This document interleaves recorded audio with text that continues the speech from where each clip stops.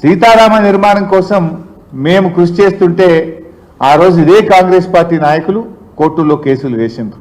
ఇది నేను చెప్తున్నదే కాదు, ఇక స్వయంగా తుమ్మల నాగేశ్వరరావు గారు ఆ రోజు ఏం చెప్పారో ఖమ్మం జిల్లా మంత్రి గారు మీరే వినండి ఒకసారి.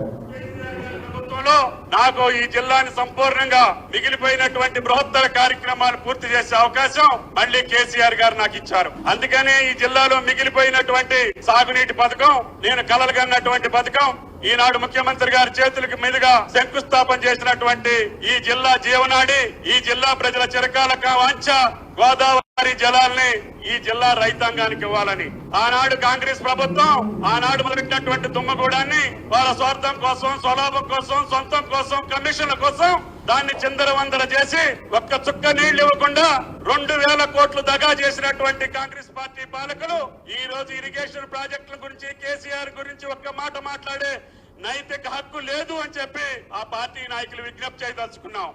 వారి పక్కనే నిలబడి కొంతమంది మాట్లాడుతున్నారు. ఇప్పుడు వారికి తుమ్మల గారే చెప్పాలి మరిగా.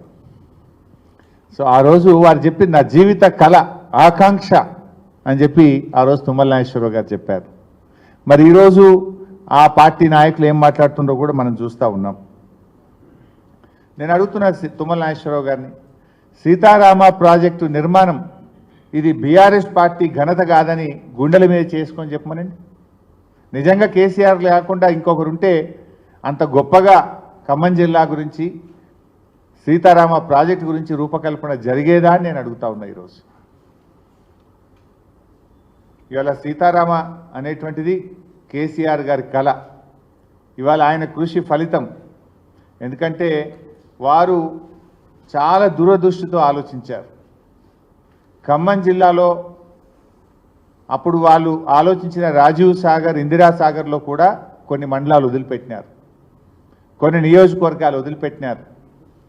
ప్రతి సంవత్సరం కూడా కృష్ణానదిలో ఆలస్యంగా నీళ్లు రావడం వల్ల ఒక పంటనే సాగు జరుగుతూ ఉంది, వానాకాలం జరిగేటువంటి పరిస్థితి లేకుండా పోయింది. ఆ జిల్లా గోదావరి నదిని ఒడిసి పట్టుకొని అత్యంత ఎక్కువ పరివాహక ప్రాంతం ఉన్నటువంటి జిల్లా ఖమ్మం జిల్లా. స్వాతంత్రం వచ్చినప్పటి నుంచి ఎంతోమంది పాలకులు, ఎన్నో పార్టీలు వచ్చిపోయినాయి, కానీ ఖమ్మం జిల్లాకు చుక్క గోదావరి నీళ్ళు ఇచ్చిన పాపాన పోలేదు.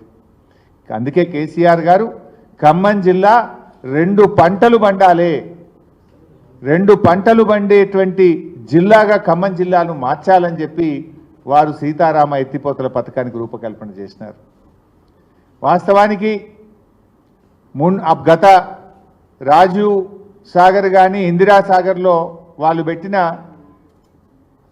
నీటి సామర్థ్యం 3000 క్యూసెక్కులు మాత్రమే, కానీ కేసీఆర్ గారు 9000 క్యూసెక్కులు ప్రతిరోజు తీసుకునే విధంగా సీతారామ రూపకల్పన చేసినారు. అంటే 3 అంతలు.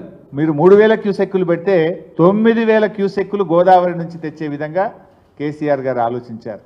ప్రాజెక్ట్ అంటే 100 ఏళ్ల కోసం కడతాం, ఏదో ఒక రోజు కోసమో ఓట్ల కోసమో ఆలోచించేది కాదు. భవిష్యత్ తరాల కోసం 100 ఏళ్ల తర్వాత ఉండేటువంటి అవసరాలను దృష్టిలో పెట్టుకొని ప్రాజెక్ట్ నిర్మిస్తారు. కేసీఆర్ గారు అటు కృష్ణా జలాలు రోజు రోజుకు తగ్గిపోతూ ఉన్నాయి, కృష్ణాలో నీళ్లు రాకపోయినా గోదావరి నీళ్లతో సాగర్ ఆయకట్టును కూడా సప్లిమెంట్ చేయాలని ఆలోచన చేశారు. ఖమ్మం జిల్లాలోని ప్రతి మండలానికి, ప్రతి గ్రామానికి, ప్రతి ఎకరానికి సాగునీరు అందించే విధంగా సీతారామ ప్రాజెక్టును రూపకల్పన చేసినారు. అంత గొప్పగా ఆలోచించింది. దీన్ని మేం చేసినామంటారు. ఏం చేసింది మీరు? ఇవాళ ఈ ప్రాజెక్టులో చూస్తే మెయిన్ కెనాల్లో, ప్రాజెక్టు మెయిన్ కెనాల్లో 8 ప్యాకేజీలు ఉన్నాయి. 8 ప్యాకేజీల్లో మా ప్రభుత్వం ఉన్నప్పుడే 5 ప్యాకేజీలు కంప్లీట్గా పూర్తయినాయి. మిగతా 3 ప్యాకేజీల్లో 80% పనిచేసి పెట్టినాం. మెయిన్ కెనాల్లో ఉండే 8 ప్యాకేజెస్లో 5 ప్యాకేజీలు అయితే ఇంటోటో పూర్తి చేశాం. మిగతా 3 ప్యాకేజీల్లో కూడా 80% పని పూర్తయింది. అంటే ఓవరాల్గా ప్రాజెక్ట్ చూస్తే 90% వర్క్ డన్. పంపులు, మోటార్లు అన్నీ కూడా అప్పుడే పెట్టినాం. వాళ్ళు ఇప్పుడు అలా మొదటి పంప్ హౌస్ కానీ, 2వ పంప్ హౌస్ కానీ, 3వ పంప్ హౌస్ కానీ వాళ్ళు ఏదైతే ఆన్లు చేస్తున్నారో, ఇలా కట్కలు ఒత్తుతున్నారో, పంప్ హౌస్ల నిర్మాణం కానీ, మోటార్లు బిగించడం కానీ, సబ్స్టేషన్ల నిర్మాణం కానీ, ఈ 3 పంప్ హౌజులు కూడా బీఆర్ఎస్ ప్రభుత్వ హయాంలో జరిగినవే. ఇది ఖమ్మం జిల్లా ప్రజలకు తెలుసు, యావత్ తెలంగాణ ప్రజలకు కూడా తెలుసు. కానీ ఇక వీళ్ళు మాత్రం అక్కడ పోయి ఏదో నెత్తి మీద నీళ్లు చల్లుకోగానే తమ పాపాలన్నీ పోతాయి అన్నట్టు ఇదంతా మేమే చేసినామని ప్రజలు నమ్మిస్తామని అనుకోవడం అది పొరపాటు. ఎందుకంటే ఆ ప్రాజెక్టు పేరే సీతారామ ప్రాజెక్ట్. శ్రీరామచంద్రుడు సత్యవాక్ పరిపాలకుడు, సత్యానికి ధర్మానికి ప్రతిరూపమైన భగవంతుడు శ్రీరామచంద్రుడు. ఆయన పేరు మీద కట్టిన ప్రాజెక్టుపై అసత్య ప్రచారాలు చేస్తే మిమ్మల్ని ఆ భగవంతుడు కూడా క్షమించడు. మీరేదైనా నిజంగా నిర్మాణం చేసి మీ హయాంలో పూర్తి చేస్తే ఆ విజయాలు మీరు చెప్పుకోండి, మాకేం అభ్యంతరం లేదు. ఇతరుల ఘనతను తమ ఘనతగా చెప్పుకునే దారిద్ర్యం నుంచి బయటకు రావాలని నేను కాంగ్రెస్ పార్టీ నాయకులకు హితవు పలుకుతా ఉన్నా.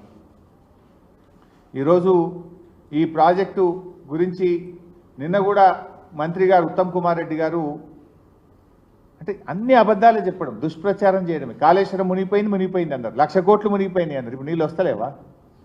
అట్లనే నిన్నటి పేపర్లో, ఇది ఈరోజు పత్రిక, మంత్రి గారు మాట్లాడుతూ ఏమంటాడు, గత ప్రభుత్వం ఈ ప్రాజెక్టును ప్రారంభించిన నీటి కేటాయింపులు జరగలేదని, కాంగ్రెస్ ప్రభుత్వం వచ్చాకే కేంద్రంతో సంప్రదింపులు జరిపామని, తద్వారా ప్రాజెక్టుకు 67 టీఎంసీల నీటిని కేటాయించినట్లు ఉత్తమ్ కుమార్ రెడ్డి గారు చెప్పారట.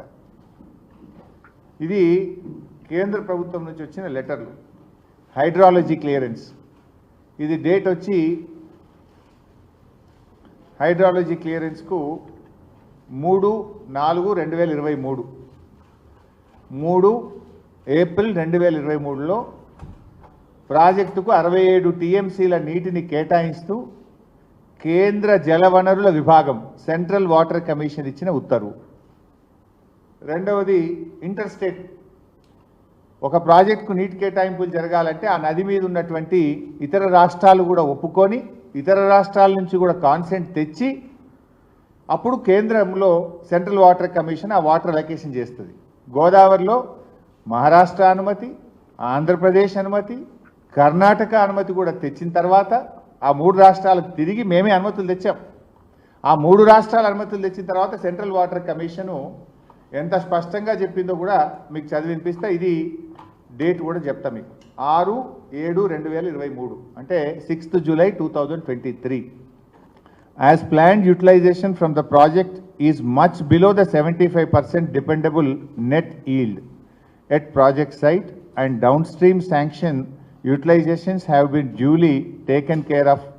Therefore, in accordance with said guidelines for examination of projects, the consolidated DPR of Sitarama Lift Irrigation Project, Sitamma Sagar Barrage is acceptable for interstate angle for total utilization of 67.05 TMC. అంటే ముందు hydrology క్లియరెన్స్లో 67 టీఎంసీలు కేటాయించారు.